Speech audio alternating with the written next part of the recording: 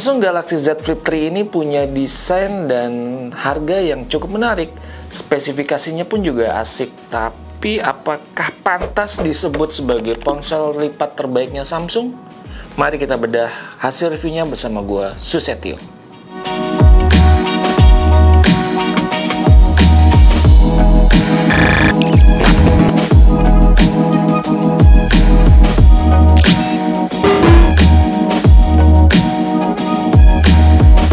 Dilihat dari segi tampilannya, memang Galaxy Z Flip 3 ini tidak menawarkan banyak perubahan dibandingkan dengan generasi sebelumnya. Tapi kadang memang penampilan suka menipu ya, karena saat dipegang atau digenggam dan gue melihat lebih jauh, gue melihat ada beberapa perubahan signifikan dari Galaxy Z Flip 3 ini.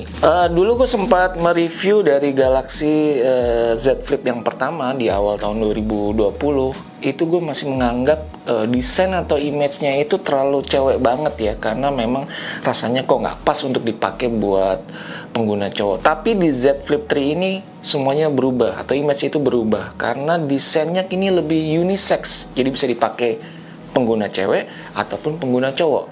Ini gue kasih penjelasannya.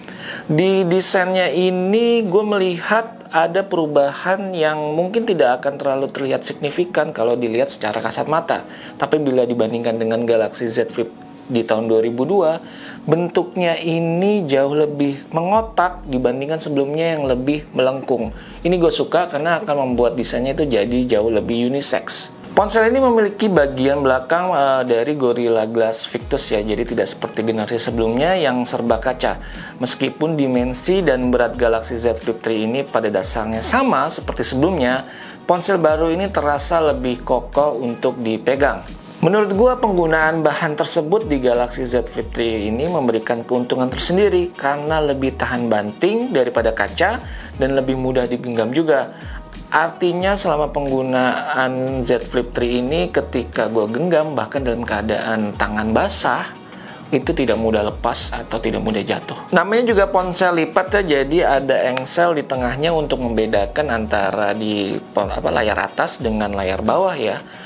Nah, saat ini Samsung menggunakan bahan yang disebut armor aluminium, jadi lebih kuat dan lebih kokoh.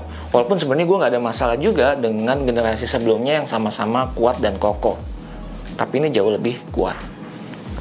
Nah, saat engselnya ini dibuka dan ditutup, itu memang jauh lebih terasa built-in-nya atau quality-nya jauh lebih kuat atau lebih kokoh dari sebelumnya. Ini bisa dilihat ketika gue buka tutup secara terus menerus, tidak ada rasa takut atau gimana ya, rasa khawatir ponsel ini kenapa-napa.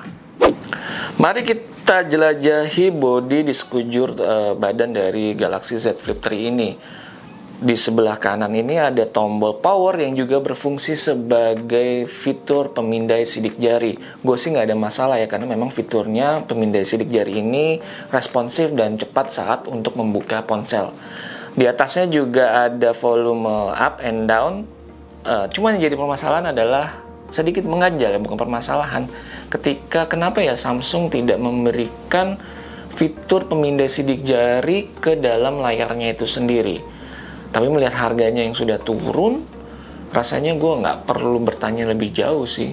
Ya, gue terima padanya aja. Kemudian beralih ke bodi di bawah, itu ada port USB Type-C, lalu juga ada mikrofon di sebelah kirinya sebanyak 2 buah, dan speaker 1 unit di sebelah kanannya yang saat ini sekarang sudah di-upgrade menjadi stereo, karena sebelumnya juga memang Samsung itu menawarkan Galaxy Z Flip ini hanya speaker mono saja. Ini menurut gue ini perubahan yang oke punya. Ini saat didengarkan untuk mendengarkan lagu dari Spotify dengan kualitas yang standar seperti ini. Dolby Atmos can manipulate individual sounds in 3D space to position sounds all around you. Sounds can move above you. Menurut gue sih lumayan. Lalu beralih ke sebelah atas, itu ada hanya satu mikrofon saja. Lalu di sebelah kiri ada SIM tray yang sayangnya ketika dibuka itu masih tidak ada tambahan slot micro SD. Jadi kita pengguna hanya bertahan dengan internal storage saja. Tapi sih sudah termasuk lumayan ya, karena minimal ini aja 128 GB. Sekarang kita ngomongin layarnya ya. Ketika dibuka atau dalam posisi terbuka itu ukurannya sebesar 6,7 inci dengan panel Full HD Plus yang sebenarnya sama dengan model Flip tahun 2020. Meskipun saat ini Samsung menambahkan fitur kecepatan refresh rate sebesar 120 Hz, yang sehingga penambahan ini menurut gua akan memperluas segmen dari ponsel ini. Kita bisa lihat untuk men-scrolling, berpindah dari satu aplikasi ke aplikasi lainnya, itu sangat memuaskan banget, jauh lebih cepat. Perbaikan lebih besar terjadi ketika ponsel ini dilipat atau dalam kondisi terlipat, karena layarnya itu berubah dari 1,1 inci menjadi 1,9 inci. Dengan layar sebesar ini atau seluas ini, fungsinya juga bisa dimaksimalkan, walaupun esensi utamanya ya sama seperti layar tambahan di Galaxy Z Flip generasi awal. Kalian bisa membaca pesan, notifikasi, terus juga sebagai mirroring kamera belakang untuk foto atau video. Namun perubahannya adalah saat ini widget yang ditawarkan, animasi yang ditawarkan jauh lebih menarik. Untuk cover screen-nya atau tampilan notifikasinya sebenarnya tidak ada perubahan seperti yang gue bilang tadi. Kalian bisa membaca pesan, terus juga ada timer di sini, status stopwatch, lalu juga ada cuaca, bisa baca cuaca. Tapi memang sekali lagi ketika baca notifikasi hanya sekedar membaca saja, tidak sampai bisa membalas langsung dari cover depannya atau layar depannya. Lagian juga dengan layar sekecil ini nggak nyaman ya buat ngetik-ngetik di cover depan ini. Ngomongin soal kameranya, mungkin ini akan menjadi review yang singkat ya, karena memang tidak ada perubahan yang signifikan dibandingkan dengan generasi sebelumnya. Sama-sama ada dua lensa di bagian kamera belakangnya. Mungkin ada perubahan di bagian tata letaknya. Kalau dulu sifatnya adalah horizontal, sekarang adalah vertikal. Namun soal resolusi juga sama-sama 12 megapiksel untuk lensa wide dan 12 megapiksel lainnya untuk lensa ultra wide. Cuman memang katanya Samsung membenamkan sensor yang jauh lebih tinggi dibandingkan generasi sebelumnya, sehingga foto yang ditawarkan atau yang dihasilkan di ponsel ini jauh lebih cerah dan lebih berwarna. Berikut adalah hasil foto-foto yang gue ambil menggunakan Galaxy Z Flip 3 ini.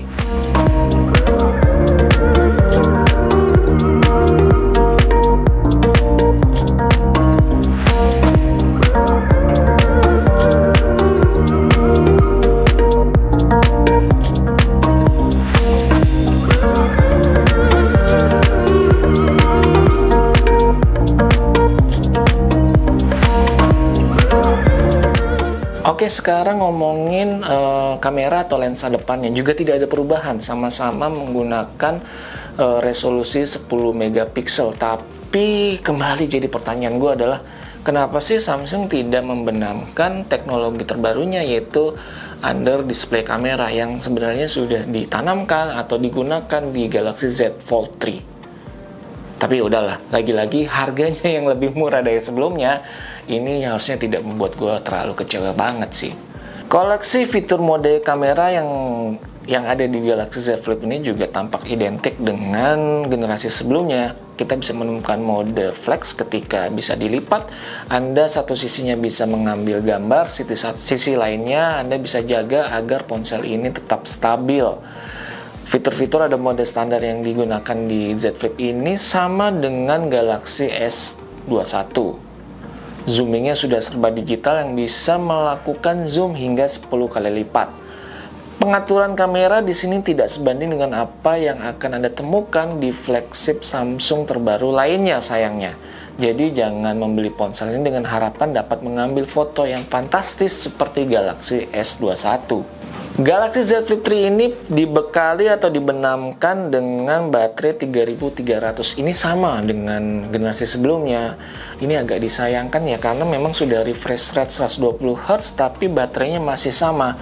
Bisa-bisa atau bisa jadi performanya atau daya tahannya itu jauh lebih cepat habis dibandingkan dengan generasi sebelumnya. Dan ini memang sudah dibuktikan oleh gua ketika beberapa kali penggunaan ponsel ini untuk mode yang biasa, artinya tidak untuk menggunakan game seharian atau game pekerjaan yang berat, ini membutuhkan atau melakukan pengecaskan setidaknya 2 kali dalam 1 hari. Samsung Galaxy Z Flip 3 ini membawa beberapa peningkatan kinerja yang termasuk kecil dibandingkan dengan pendahulunya, khususnya di bagian prosesor atau chipset. Saat ini, ponsel ini sudah menggunakan chipset Snapdragon 888. Sebenarnya juga prosesor Android kelas atas yang bahkan juga disematkan di Z Fold 3. Cuman sekali lagi dengan baterai yang tidak terlalu besar tadi, ini mungkin agak keteteran untuk mendukung dari chipset tersebut. Mungkin Samsung membenamkan prosesor chipset Snapdragon 88 ini dengan RAM 8GB untuk mendukung atau mengoptimalkan dari sisi kameranya atau pengambilan kameranya, karena seperti kita tahu dengan teknologi yang terbaru dari Snapdragon 888 ini, kamera yang dihasilkan atau processing kamera yang ditawarkan dengan dukungan dari artificial intelligence membuat hasil atau fotonya juga sedikit mengalami peningkatan. Oke, game ini sebenarnya asik juga buat diajak bermain game kayak game-game berat seperti yang ada pada umumnya seperti Genshin Impact atau PUBG atau Call of Duty. Ini masih kuat dengan prosesor yang ditawarkan tadi, yaitu Snapdragon 88. Cuman dari gue pribadi ketika menggenggam atau bermain game dengan 2 tangan seperti ini kok masih agak kurang nyaman atau kentang gitu ya, tanggung ya, dibandingkan dengan ponsel-ponsel dengan layar yang berukuran sejenis dengan ponsel ini. Mungkin ini akan jauh lebih nyaman untuk pengguna-pengguna yang punya tangan atau jari itu jauh lebih pendek atau lebih kecil dari gue ini. Tapi kalau soal kualitas atau performa sudah dijamin lah. Ini bisa dilipas dengan mudah. Mau PUBG, mau Genshin Impact, semua bisa menggunakan setting rata kanan. Tanpa lag yang berlebihan atau bahkan panas yang terlalu tinggi. Ada sih sesekali panas, tapi itu bisa dalam batas toleransi yang bisa dimaklumi. Kesimpulan terakhir gue, bisa dibilang ponsel Galaxy Z Flip 3 ini cocok untuk kalian yang menginginkan ponsel lipat pertama atau perdana dengan harga yang jauh lebih murah dibandingkan Z Fold 3. Bahkan lebih murah dibandingkan Z Fold yang pertama. Ini sangat pas untuk kalian, apalagi yang produktif mengerjakan atau menggunakan untuk konten-konten di media sosial, karena memang ponsel lipatnya oke banget. Demikian hasil review gue menggunakan Galaxy Z Flip 3 selama kurang lebih 10 hari. Kalau kalian suka, silahkan like. Atau ada kalian punya pendapat lain, tulis saja di kolom komentar di bawah. Yang pasti jangan lupa subscribe akun YouTube Yuzon Indonesia. Sampai jumpa. Armor aluminium. Ulang. Gue mau ngomong lupa gue. Merah. Hah? Ulang. Itu ulang lagi? Enggak. Kan udah kan? Kan belum lengkap itu. Itu